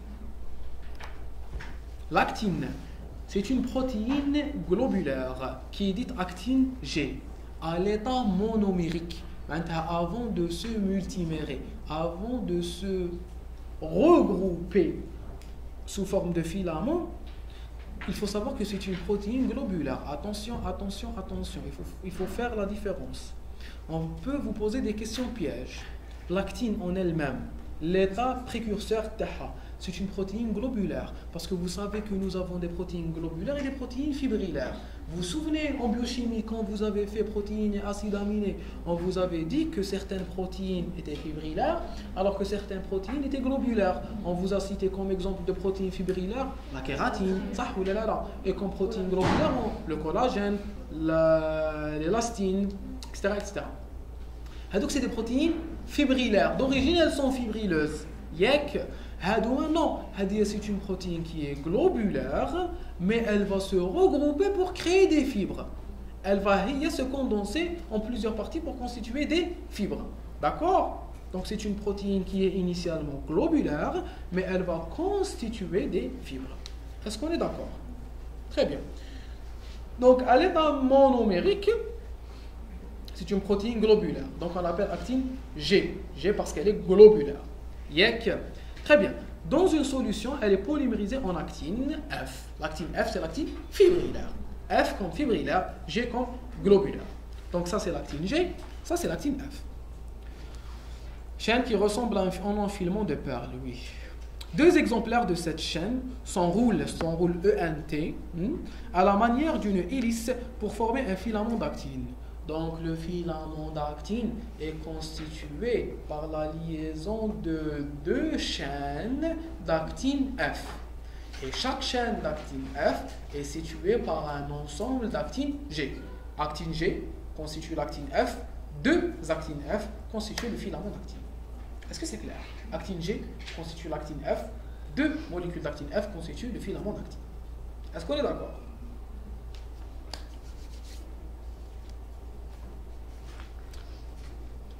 La tropomyosine, constituée de deux chaînes polypeptidiques qui s'enroulent autour d'un filament actine pour le stabiliser. Donc, le filament d'actine, la tropomyosine, elle s'enroule autour du filament d'actine. Elle s'enroule pour le stabiliser. Ça. La troponine se dispose chaque 40 nanomètres et se compose de 3 sous-unités. Donc la troponine, elle ne va pas s'enrouler autour de la troponine et de l'actine et de la tropomyosine. Elle va se déposer. Le filament d'actine, elle va se déposer chaque 40 nanomètres. Tac, tac, tac, tac, tac. Chaque 40 nanomètres. Allez-y, allez-y. Chaque 40 nanomètres, elle va se déposer. D'accord? Très bien. Donc elle est constituée de 3 parties, la troponine T, la troponine C, la troponine I. T, il vient de tropomyosine. Pourquoi? Parce que la troponine T fixe la tropomyosine. D'accord? J'ai combien de parties de troponine? 3. La troponine T, C et I. La troponine T, C et I. La troponine T, C et I. La troponine T fixe la tropomyosine. La troponine C fixe le calcium. La troponine I a une fonction inhibitrice. Elle inhibe l'activité ATPasique de la tête de myosine. Vous vous souvenez de la tête de myosine? La tête de myosine, on avait dit qu'elle fixait l'ATP. Deuxième caractéristique, c'est que ce site de fixation d'ATP, il a aussi un rôle dans une activité ATPasique. C'est-à-dire que la myosine peut non seulement fixer l'ATP, mais aussi le dégrader. La myosine peut fixer l'ATP, mais aussi le dégrader. La myosine peut fixer l'ATP, mais aussi le dégrader.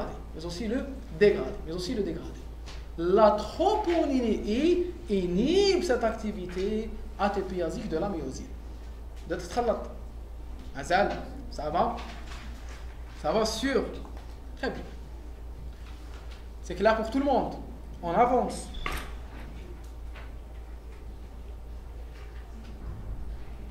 Donc, de quoi on est en train de parler? Du muscle strié squelettique. On avait vu la déposition histologique, ou la composition histologique du muscle strié squelettique.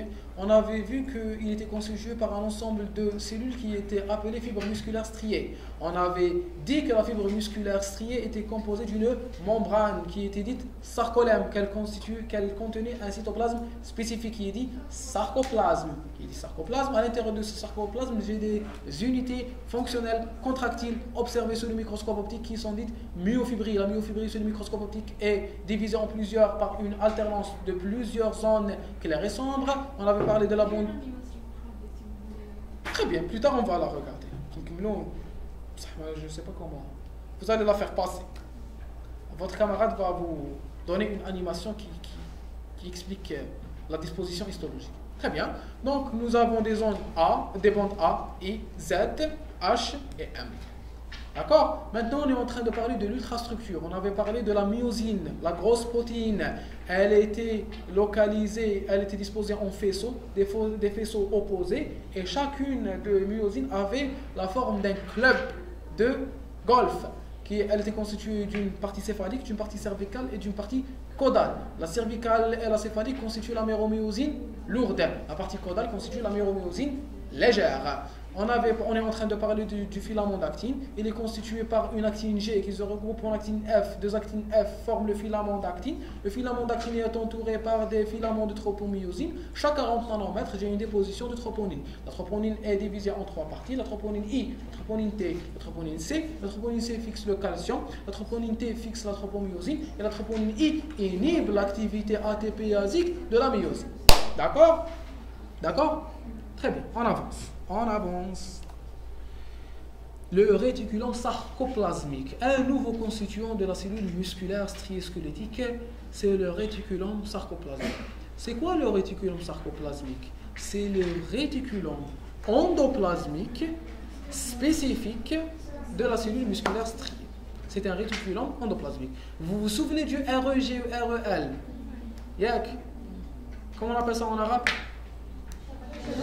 الشبكة الهيولية المحببة ولا الشبكة الهيولية الملساء. محببة elle contient des ribosomes ou le ملساء elle ne en contient. Très bien. Aïe. Donc c'est un réticulum aussi qui est contenu dans la cellule musculaire striée. C'est un compartiment intracellulaire. Vous avez fait système endomembranaire cytologie. Compartiment intracellulaire spécialisé dans le stockage et la libération du calcium. Le réticulum sarcoplasmique est spécialisé dans le stockage du calcium. Il est spécialisé dans le stockage du calcium. Il est spécialisé dans le stockage du calcium. Deux parties, des citernes terminales et le réticulum sarcoplasmique longitudinal.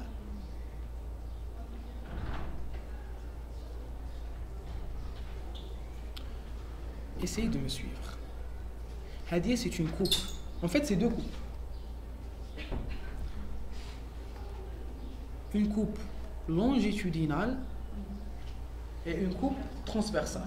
Une coupe transversale et une coupe longitudinale. Ça, c'est la fibre musculaire. Ça, c'est les myofibrilles. Tout ça, c'est une myofibrie. On est d'accord? On est en train d'essayer de regarder la répartition de ces réservoirs de calcium à l'intérieur du sarcoplasme, du cytoplasme.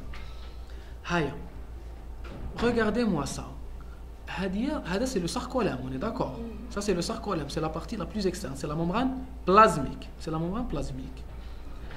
Il contient des trous. Regardez ces trous. Un trou, un trou, un trou. Ces trous sont en fait des invaginations. Maintenant, ça, c'est la membrane plasmique et hop, elle entre. Elle s'invagine, elle s'invagine, elle s'invagine profondément. Pourquoi elle s'invagine? Elle s'invagine pour mettre en contact. Elle va s'invaginer pour mettre en contact les parties intracellulaires avec les parties extracellulaires. Ça, c'est une cellule. Ça, c'est une cellule. Tout ça, c'est une cellule. Yak. Et ça, c'est sa membrane plasmique. Je suis en train de dessiner sa membrane plasmique. Si sa membrane plasmique, elle est comme ça, comme ça, comme ça, et soudain, elle s'invagine très profondément. Puis, elle remonte.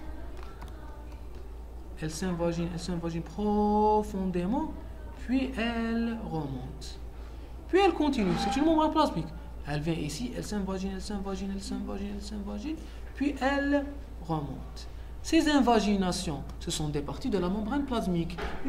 Si je regarde ça d'en haut, ils vont me paraître comme des trous. On est d'accord? Ces trous-là, regardez à quoi ils vont donner naissance. Ils vont donner naissance à un système canaliculaire à l'intérieur du sarcoplasme. Donc, qui est l'intelligent d'entre vous qui va me dire ces tuyaux jaunes, à l'intérieur de ces tuyaux jaunes, qu'est-ce qu'il y a? Qu'est-ce qu'il y a? Non. Qu'est-ce qu'il y a à l'intérieur?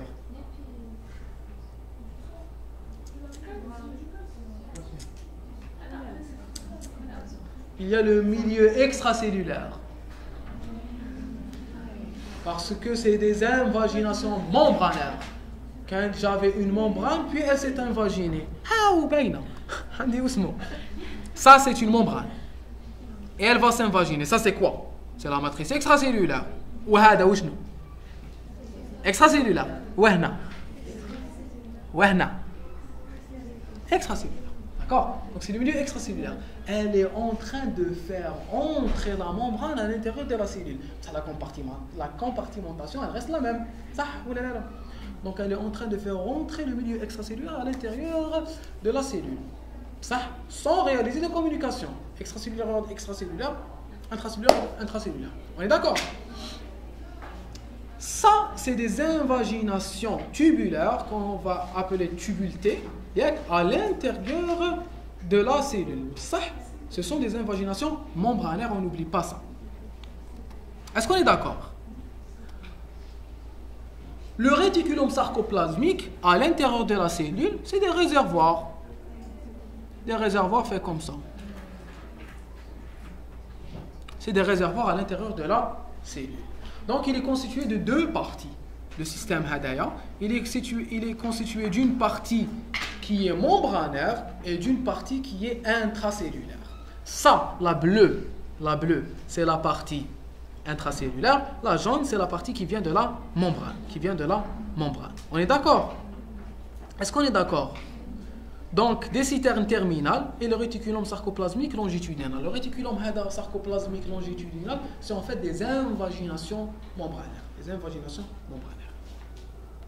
Qu'on va appeler tubules T, tubules transverses. Parce qu'ils vont couper la cellule transversalement. Tubules transverses. Est-ce qu'on est d'accord? On est en train de parler de quoi? Des tubules T et des citernes terminales. Le tubule T, c'est quoi? C'est des invaginations du sarcolème. C'est des invaginations de la membrane cytoplasmique. Donc, ils vont faire entrer la membrane à l'intérieur de la cellule. Ou les citernes terminales, ce sont de vraies citernes intracellulaires. On continue. C'est clair pour tout le monde. Vous êtes sûr? Je connais ma femme, je reprends. C'est pas grave, je reprends. Le réticulum endoplasmique, c'est les deux. C'est les citernes terminales plus le réticulum sarcoplasmique longitudinal. L'ensemble des deux constitue le réticulum sarcoplasmique. J'ai un réticulum longitudinal et j'ai des citernes terminales. L'ensemble des deux constitue le réticulum sarcoplasmique. D'accord? Qui n'a pas compris le principe, je reprends. Je ne veux pas reprendre pour rien. Il est fait tout, mais qui n'a pas compris? Vous avez tous compris. Vous pouvez reprendre.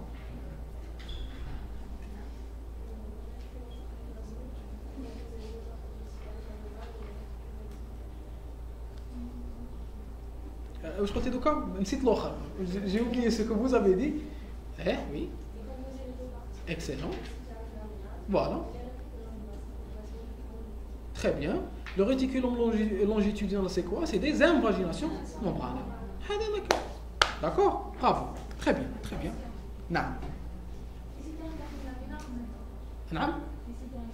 Les bleus. Vous voyez que les citernes terminales, elles n'ont pas de communication avec le milieu externe, qui m'a les jaunes. Les jaunes, elles communiquent avec le milieu extérieur. Les bleus, non. Voilà la communication. Il n'y a pas. Donc, c'est des citernes indépendantes à l'intérieur de la cellule. C'est ça, c'est les tubules T. D'accord? Oui. Donc je vois. Très important ce stockage. C'est le but de notre cours. On va y arriver. Est-ce que c'est clair? C'est quoi le rôle du sarcoplasme? Surtout des citernes terminales. Les citernes terminales, pourquoi elles sont là? Les tubules T. Les tubules T, elles sont en communication avec le milieu extérieur. Elles ne vont rien stocker. Ça ou là, non. Même si on va voir. باش ندخل لكم في هذا الديتاي معلش on les saute. نفهموا غير واش نسحقوا. Les citernes terminales, c'est des citernات. عندهم دي citernes في دارهم ولا في الباتيمون تاعهم. واش نديروا بالسيترنا؟ ما تشروهاش باش تشبح لنا، ماشي شابه اصلا. دونك واش نديروا؟ نحطوا فيها الماء. دونك هنا كيف c'est des citernes qui sont là pour stocker le calcium. On va voir quel est le rôle de ce stockage. Voilà, on est en train de nous répéter.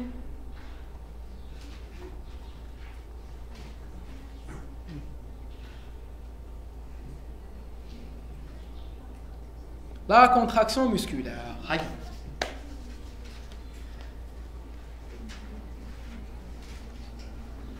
On va arrêter l'enregistrement.